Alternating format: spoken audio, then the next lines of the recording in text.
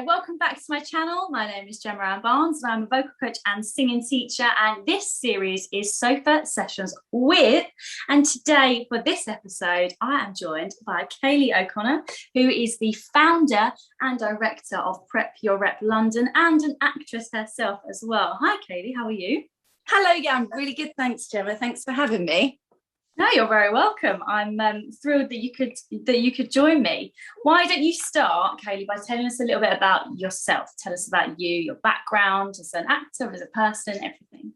Yeah, absolutely. Gosh, where to begin? So I've been dancing since I was about 6 years old. So dance was my first sort of I guess thing that I focused on in terms of like musical theatre itself. And then I sort of picked up my singing quite a lot later actually, and did a bit of poetry really randomly.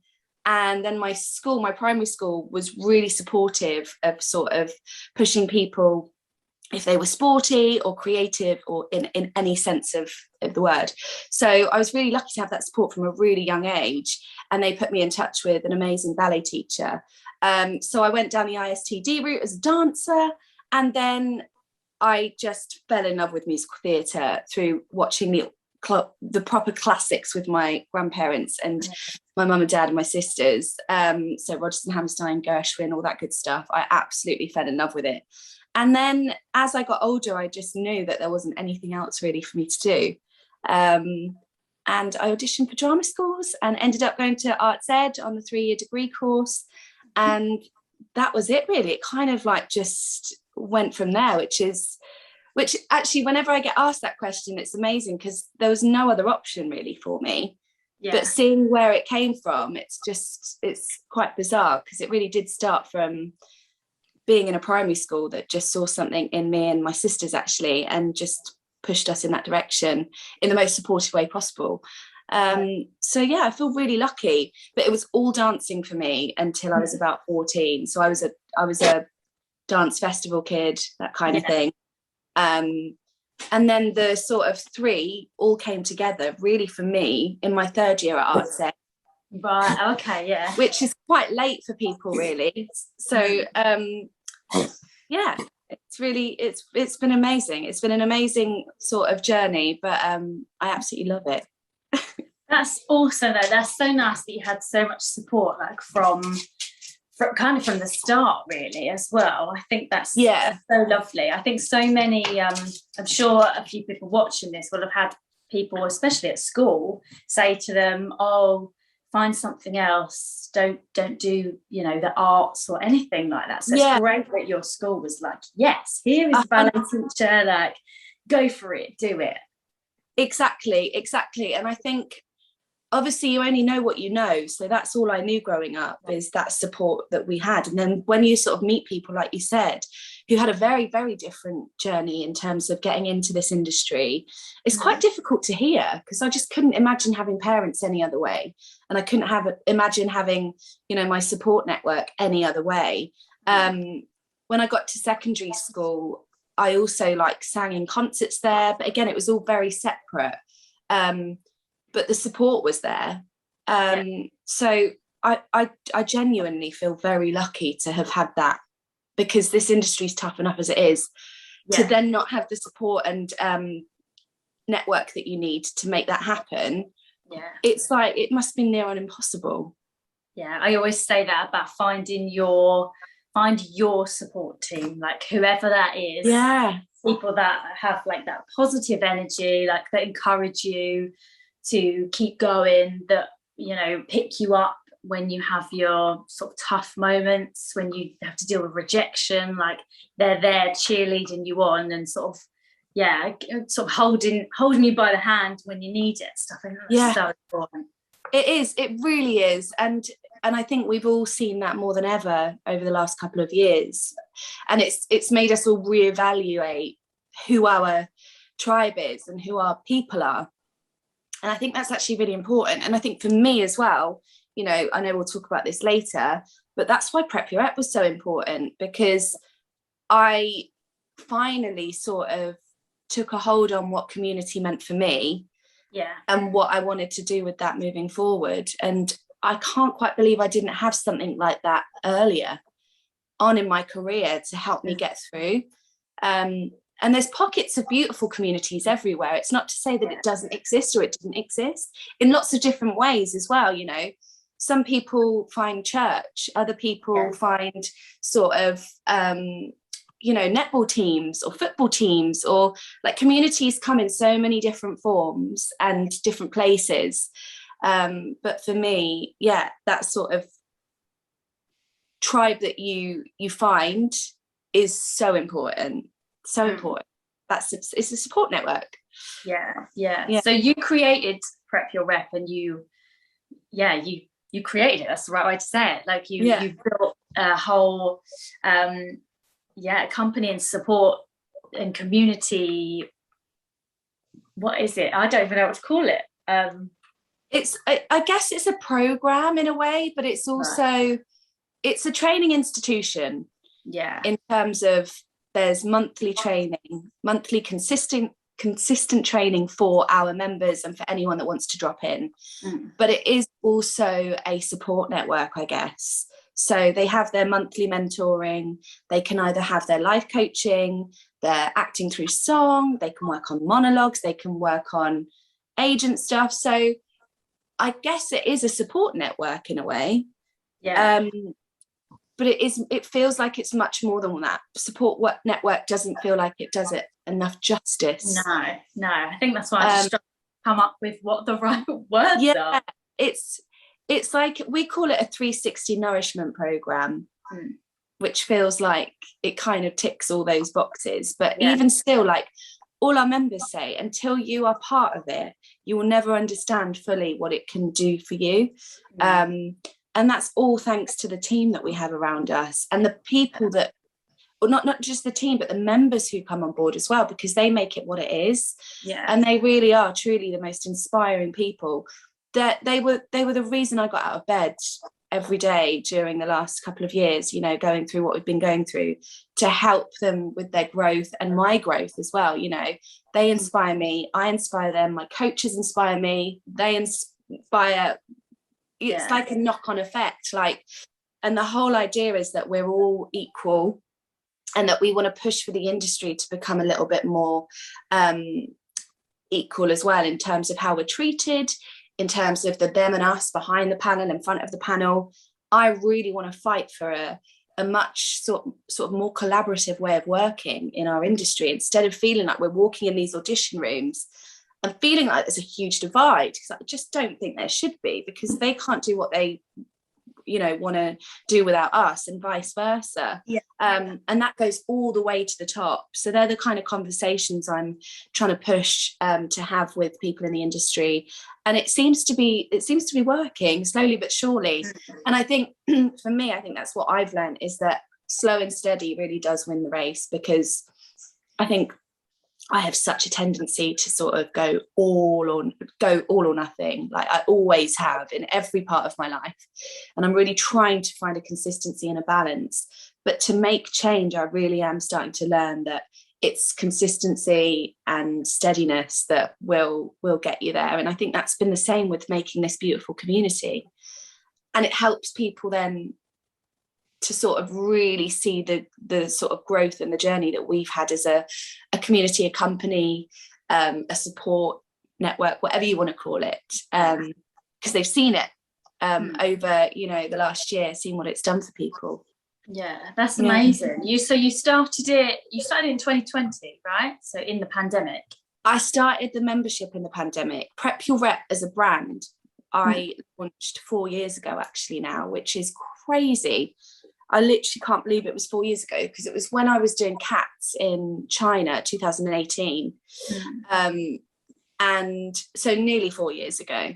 And it started as a Prep Your Rep service. So I was literally prepping repertoire for auditions and helping people revamp their audition folder. Excuse me. Because so many people would come to me for advice, because previously in the past I've produced composers' work in London, mostly from America. So Jonathan Reed-Gelt, Bobby Cronin, Kuman and Diamond, Natalie Weiss. so I had a lot of knowledge when it came to contemporary musical theatre work, without really realising I had it, I guess, just from being friends with the composers or working with them, and also having a slight passion for it, really. So friends were coming to me, so I just thought, why not use that and turn it into something? So I did, and could see what potential it had. They ended up having to write a form out with all their details on, and so many of them, I just couldn't believe it, and it was so sad for me to see, were just so insecure and were lacking in confidence. And I thought, right, now I need to do something about this. So that's when the motivational mornings happened, and I decided to infuse the life coaching elements of sort of the life coaching work alongside the training, and infuse that together to create a space that allowed us to focus on our mental health outside the industry as well as inside the industry, to then become the best version of ourselves as a human being, but also as an actor. And that's then when the ball started rolling, I guess, in terms of making a community of people who come together every month. And then I realized, okay, there's something here. And then in the pandemic, I decided to just completely rebrand and turn it into a membership. And it's been beautiful, really. You started off, I mean, some of your members that you started with, I'm guessing they're still with you now. You've gained quite a few, over the last however long now. How many members have you got now? So we've got about 65 at the moment, but we've had about 80 join us. But the people that have sort of left are on sort of cruise ships working, which is really great. And they'll be back with us as well. So they kind of put their membership on hold to then come back to it and get involved again. But yeah, we've had about 80 altogether, but we're on about 65 at the moment. And yeah, it's beautiful to see the people that were with us in the first motivation mornings are still with us now. And I was listening to podcasts in lockdown a lot about memberships, and all of the things they were sort of listing off. I was like, okay, so for example, have you got a community of people that come together? And I was like, yes, tick. Do they keep coming back? Yes, they do. Okay, what sort of feedback? And all of this stuff, I was going, everything about Prep Your Rep lends itself to a membership. So that's why we turned it into one. And it is so brilliant because it just holds people accountable and gives them that consistency we were talking about. Yeah. I think, I mean, you can only, no matter how good you are at holding yourself accountable, it always puts you in a stronger position to have someone else or others that are also going to hold you accountable. Exactly. And one thing, I mean, absolutely, but saying that, one thing we really try to encourage our team is to not rely on that, because if we rely on being held accountable, we then become not lazy, but we become too reliant on them. Is that the right word? Yeah, the same word. But and that's not healthy either. So it's finding that balance, which is why we have parts of our membership where they can choose to be involved or not. You don't have to be. It's not compulsory. For example, our self-tape challenge that we do every month, they get given a different genre. We have someone from the industry come in and give them one-on-one feedback. If they don't want to do that 1 month, they don't have to. But it's their job to sort of choose whether they want to and what that could do for them. And so I guess there's parts of it that they have to hold themselves accountable for. So do you have different levels of membership? We do, so we've got 4 different levels, 2 of which are the same, but one's a graduate package and one's the full whack package, which is post obviously graduation. So we've got a check-in package, a full whack package, and that's the same as our Oh My Grad You Guys package, which is for people who are training still and graduates. And then we have the Explore and Restore package, which is the sort of most expensive. So I've just spoke from the cheapest to the most expensive, but that obviously means the least sort of things you get to the most things you get, I guess, in a nutshell. But yeah, I mean, I'm happy to talk through those later if you like, but throughout all of those, everyone gets our monthly green room chats. You all get your mentoring service once a month, and then the Explore and Restore, you get an extra life coaching session with one of our life coaches, and the full whacking on my graduate guys, they get our motivational mornings every month, which is now in the studio, which is just gorgeous, which is the choreography, life coaching, acting through song, and catch up, where we all just sort of get together and put the world to rights and just let off some steam in the studio. So it's really lovely. They're one of my favorite days of the month. And so are the green rooms, actually, where we just all get on Zoom and connect and rebalance and sort of, again, put the worlds to rights and talk as a group of people, because I think we can get so much from that. But yeah. That's awesome. That's really, really cool. So you've got like a team of people as well, haven't you, with Prep Your Rep? It's not just you. No. And you're all performers or were performers, right? We all are performers, yeah, which is what makes it so special, I think, because we're all doing it still. We all get it. So I've got the amazing Steph Archer, who is one of our life coaches. She's also an actress, and is recently a new mummy to Rafferty, which is just so exciting. We've got Jackie Hughes, who again is a performer, amazing woman. She's one of our mentors, mental health certified, and is one of our beautiful acting through song coaches as well. And then we have Sophie Linderley, who you obviously have met, who's a life coach, actress, again, another mummy. Everyone's mums now. It's really lovely, because again, I think that gives another layer to them as human beings, because they've got another huge perspective on life that we don't have if we're not parents, you know. And I do think those sort of things are really important to have, whether that's because you're a mum, whether it's because you do something else, or you have something else that sort of gives you a different perspective on life, you know. And then I have my digital marketer, Carly Toms, and my community manager, Millie Hood, who's also one of our members. And she looks after our engagement and things like that on our social media. And Carly does our sort of digital marketing stuff. And without any of them, I couldn't do what I do. Yeah. Oh, that's lovely. So, that's beautiful. It is, it's amazing. And it's crazy to think that I have a team after building this, you know, brand in a taxi in China. I literally was like, right, this is what I need to do. And then all of a sudden I've got this amazing powerhouse of a team. And I really couldn't do it without them. And the work that they give and put into our members and to Prep Your Rep is just like no other. I'm very, very lucky. I've landed, I don't know what I've done to deserve them, but I have landed with them. And the team will hopefully continue to grow. We get so many people get in touch and just sort of say, I really want to be a part of your team. I really want to work with you. We love what you do. And that to me is just so flattering. And so I feel so humbled by that, because you know, that's all I want, is for people to want to work with us. And that's not just as a member, but also as a creative and as a teacher and a mentor and a coach or whatever that is.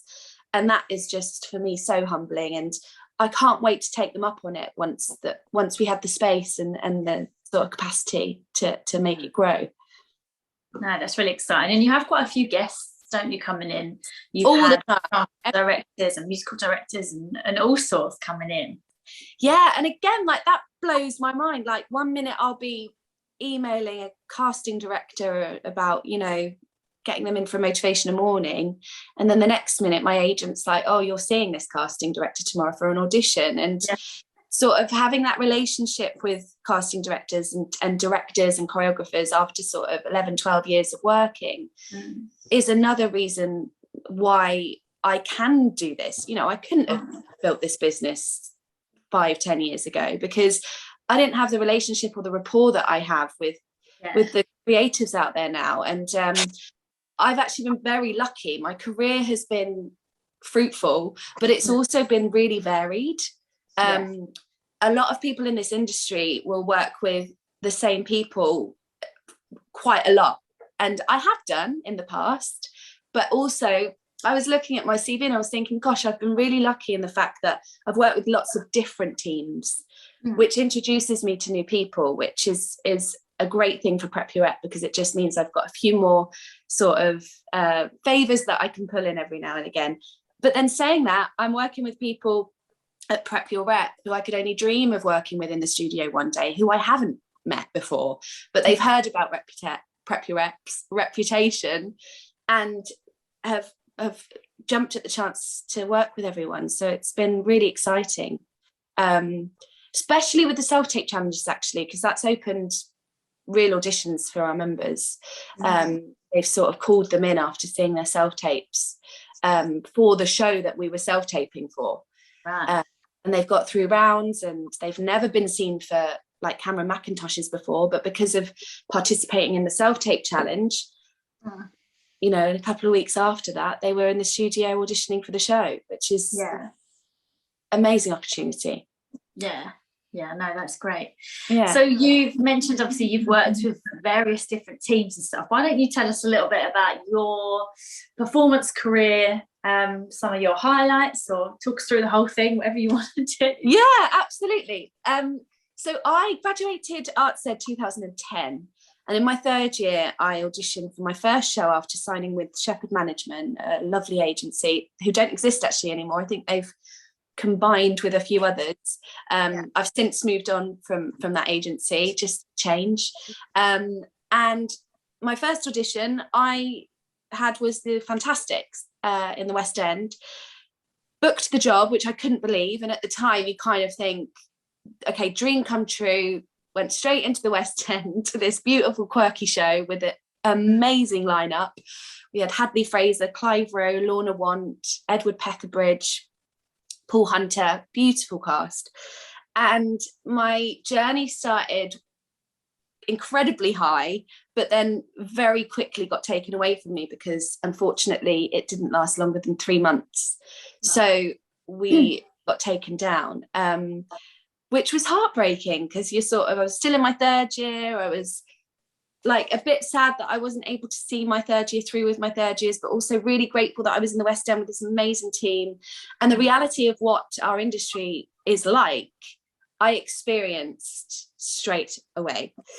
And had to just go through it on my own, really. I felt quite lonely with that experience and that whole thing because I didn't feel like I could talk to my peers about it because all they were thinking was, well, you're just lucky because you've already had a job in the West End and that's what we're here to do, you know? So I didn't really know who to talk to about those feelings. Shortly after, I auditioned for The Wizard of Oz, then went into The Wizard of Oz at the Palladium, and I was understudying Dorothy, and I was a swing. Now, being a swing was the last thing I ever saw myself doing. I did not think I could be a swing. So for anyone that ever thinks that they can't be something or they might not be something, don't put it to bed and don't put it to one side because anything can happen. And I'm so glad I did it because I learned so much. I was working with Rebecca Howell, Richard Rowe, and Anna Woodside. I was so young compared to sort of my other swingerlings in that show, and I was terrified, but I learned so much, and I think everyone should swing at least once. So I did that, decided to leave after the first year and a half, which again, people at the time thought, gosh, you've only just come out and you're saying no to an extension. And I was like, well, you know, I want to just keep working, I want to get myself out there. And that was my second audition after leaving college. And bearing in mind, it was about 2.5 years later now since graduating. So I never really had that audition experience that you get. So I struggled after that auditioning, actually. I found it really difficult, had lots of no's and had lots of feedback that I found very difficult to hear. You need to lose weight, you're too womanly, you're too curvy to play that role, you look a bit frumpy. And I was heartbroken. I really struggled. And, you know, when I was at college, I was tiny. I was really tiny. I was underweight, actually. And I went into the industry probably quite underweight for my size. So that the teams that were seeing me 2.5 years later had obviously remembered what I was like at college and then decided to say these comments to me. I found it really difficult, harder than I probably knew. And I'm still working through those comments now at 32 years old, nearly 33. So that 2 years, that year after Wizard of Oz had a huge impact on my mental health. But I decided to keep going and work through it. And I put myself up for some fringe productions. And I ended up doing Polly and Crazy for You upstairs at the Gatehouse, which I absolutely loved. Dream role, beautiful company. I then went on to do Grease and played Marty in a smaller production. And then before you know it, I was back in sort of shows like Evita on a UK tour, understudying Ava Peron, again, a dream come true. Jovi, understudy in Elf. I went to do Cats, Jenny Any Dots and cover Grisabella. And I've had a really wonderful career, but throughout that whole time, there's not one moment where I've not thought about what I look like. And it's something I really have had to work through. And I even took a year out because of it, because I wanted to see my niece, my niece's first year. So I moved home for a year. And I just had a bit of time away so I could get my head back in the game and have a bit of perspective again, because I was being consumed by what the industry had to say about me. Yeah. And I knew it was unhealthy, the way I was then thinking about myself. So I took myself out of it for a year. Just the best thing I could have done, really, because the bond that I now have with my niece is like no other. Yeah. And the work that I put into myself and sort of realigning my values and things like that changed my life, really. And then that happened again during the pandemic. So I now feel like my mindset and my approach to myself as an actor is in the place it needs to be in order to be healthy within the industry, and not just pretending to be healthy, you know. And I'm still working through it, like it's a work in progress. Yeah. But yeah, in a nutshell, that's my acting career, alongside a few sort of home truths that came along the way. Yeah, so you've definitely had your kind of ups and downs a little bit in it then. Massively. And that's not even talking about the whole sort of work as an understudy, because it took me 8 years to go on my understudy, so which is extremely unheard of. So for anyone that knows me well will know this story, but basically I understudied all the sort of lead roles in the shows that I did for 8 years and didn't go on for them for various reasons. Some of the roles, the people that I was understudying were obviously celebrities, so we all know what happens if they go off sick. They get docked a lot of money. So that is and this is a conversation that's so taboo and not spoken about. So I was sort of understudying people that were told not to go off because we don't want you to, because obviously there's people in the audience to see you. So I was understudying people that were going on with tonsillitis, bronchitis, all sorts. Was on standby a lot of the time because it was like, they're at the doctor's at the moment, we need you to be on standby. So it was really difficult. That for your mental health, for a young 20, you know, early 20s girl, was tough to deal with. And then I did Cats, and my first sort of big moment was going on for Grisabella, which was a dream come true.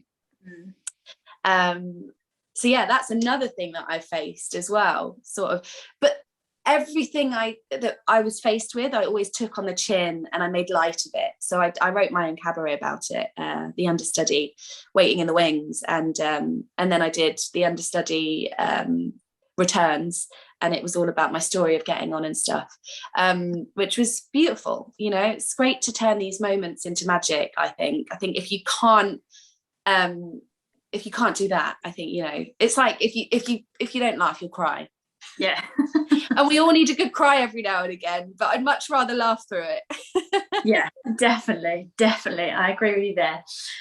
So you've got such a wonderful way of like turning even the negative things kind of on their head and trying to make a positive out of them. Are there any are there any moments that were really, really hard for you in your career, as well as sort of not actually going on when you're meant to, you know, you've worked so hard to understand the role? And yeah, I mean, listen, I never signed my contract as an understudy saying, well, I'm going to definitely have shows on. So as a human being, it wasn't like I've not gone on and I should have done.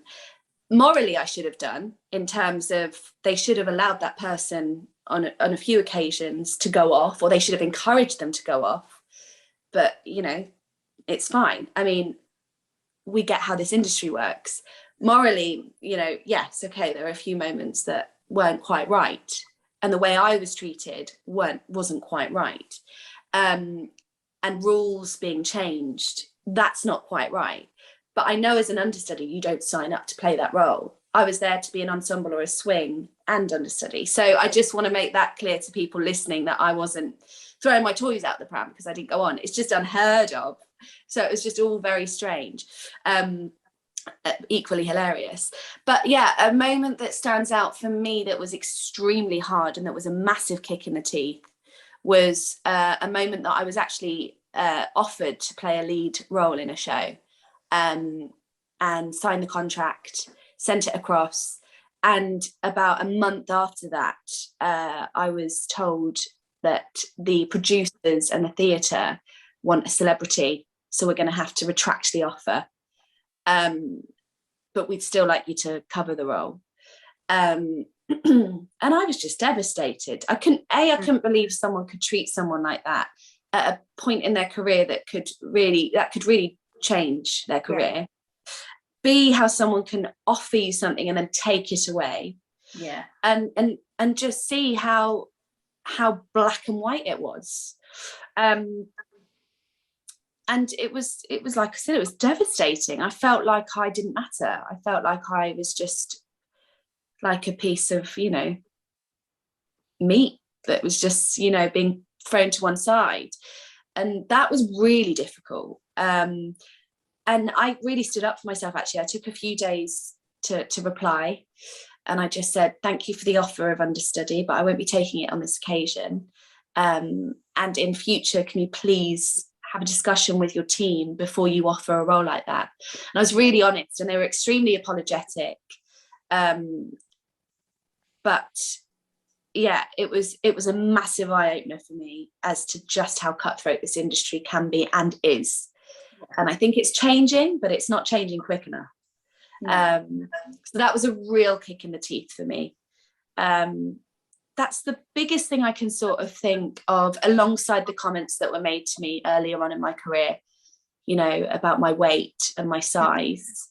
And I feel so stupid even saying that out loud, because I was a size 10 girl, you know, and you know, I've got friends who are plus size, and there's me standing there going, yeah, I'm really upset because they told me I was overweight as a size 10. You know, it's I'm embarrassed to say it for them, not me. You know, for the teams. That say, I'm embarrassed on their behalf that was ever a thing. And you know, I've got it written down in emails as feedback from my agents at the time. So it's not like it's just been plucked out of nowhere. You know, sometimes I think when we're emotional and we get feedback from our agents, things can get misconstrued. But I'm always very aware of how I listen to my feedback and what I'm taking in and what I'm not, because I think in the moment we can get carried away with turning things around a little bit, you know. But yeah, I think the toughest moment was that moment of being offered and taken and literally to be told they want a celebrity. Really tough. That must have been like no other moment. But then it also shows as well, it's something like, you know, something as easy to say as you didn't get the role, or you didn't get recalled because you've gained weight or you're overweight when you're not. How that hangs with you, how that's not something, I think is so important, and something that is being addressed but needs to continue being addressed is what feedback you give and how you give feedback to performers, and because of the impact it has. I'm only just working through it over the last couple of years. Yeah. And 8 years later. Yeah, that's the fact that something one person said can hang with someone for like 10 years. Yeah, which is why we need a team of people to help us. You know, we can't get through this life on our own. That's this life, and that's huge, you know, never mind this industry, which is just so difficult sometimes. It's beautiful in equal amounts. It's exhilarating, it's exciting, it's got the most incredible people, it's fruitful, it's colourful, it's everything that you can imagine and more. But with every high comes a huge low. Yeah. And unfortunately, there's a lot of those in our industry, and that's why we need to know how to work through them. We need to know what tools to have. We need to know what people to go to. And we need to know how we respond and react. And that for me has been life-changing over the last couple of years. It's really opened my eyes, and it's allowed me to finally live the life that I feel I deserve to live, you know? Yeah. Sounds so dramatic, but we deserve that. And our self-worth is so low a lot of the time. So low. We don't expect enough of our own lives, you know? We go, we'll settle with that. We shouldn't have to settle, you know? There's one life, I think there's one life. And I think we have to live it to our fullest, you know? Yeah, definitely, 100%. So chatting to you is wonderful because you're so open about everything, and I feel like you're someone, and the reason why I wanted to speak to you so much is because I feel like you and Prep Your Rep as a whole is moving forward and having conversations and talking about things that 10 years ago weren't spoken about, like you know, and saying it's okay not to be okay, it's okay to talk about things, it's, you know, and you should talk about things, encouraging that. Absolutely. And I'm not afraid to call people out anymore. Like, even 5 years ago, I probably wouldn't have told you the story about being offered a job and then it being taken away. I won't sit here and tell you who it was and all of that stuff, because I don't think it's necessary. But I right now, you know, in this moment, but if someone was affected down the line, I would call them out and say, well, that's actually happened again. That can't happen again. We need to do something about it. I think that's what it's about. We're terrified. We're so terrified of well, you can't do that because you might not get that. We shouldn't live in fear. We absolutely shouldn't live in fear. And too many actors have done and do, out of fear of annoying someone, which will then mean they potentially won't get you in the room again, or they won't hire you, or you'll be blacklisted. Fear mongering happens all the time. Being told, well, you can't do that because you won't get that, or you won't do that. It has to stop, you know. Just because you have morals and you have self-worth doesn't mean we should be fear-mongered into not standing up for ourselves and using our voice. Yeah, definitely. And I really strongly believe in that. And that's why I will continue doing the work that I am alongside my team to make the change that I think we all deserve as an industry, not just we as a creative, you know, as an actor, as an industry, as a whole. Yeah, definitely. Because it's such a wonderful industry to be part of. It really is. It's like you said, it's so many great things, but underneath the surface there are problems. There's problems, and things that as a whole we can all do better. Definitely. We can 100%. Yeah, absolutely. So I finish off before we go. I always finish off with a question. It's completely unrelated to anything, really. It's just a fun question. But if you could have dinner with anyone, alive or past, who would it be? Oh my goodness. Oh gosh, who would I have dinner with? Who would I have dinner with? Oh my God, there's so many people coming into my mind. It's a tough one. It's really tough. Oh, it's a really tough one. Mm-hmm. This is where you might have to add in some of that thinking music. Alive or past? I do love David Attenborough. It's quite an obvious one, isn't it? Yeah, David Attenborough's a good choice. I love David Attenborough. I just think he's lovely. He'd have so many stories to tell. And I think he'd be kind and fun. Yeah. And it would be like just sitting at the dinner table with your granddad, like telling you all the stories. Yeah. Equally, Judy Garland, I would be fascinated by. Judy or David, I mean, very different. Oh yeah, polar opposite. Amazing. Well, I'll let you have both. Maybe you can have 2 dinners. Oh, thank you. Listen, I'd have 3 if I could. I'm a 3-course girl, like kind of girl. Well, there you go. You can have you can have 1 person per course. Yeah. And then meet someone else for drinks. Yeah, lovely. That sounds like a great night out. Fab. Thank you so much for joining me, Ceili. It's been an absolute pleasure.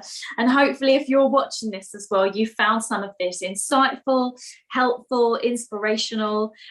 If you are interested at all in Prep Your Rep, then they're all over Instagram. We've got a website, social media. If you do know me and you want to message me and I can put you in touch, then absolutely do. What is your website, Ceili? It's www.prepyourrepldn.com. Amazing. So there you go. You can check it out. They've got everything on their website as well. Thank you so much for watching, and we'll see you on the next episode. Don't forget to subscribe or share with friends, family, anyone you know that might have enjoyed this, and give us a like if you watched it to the end and you've enjoyed it. I'll see you very soon. Bye. Bye-bye.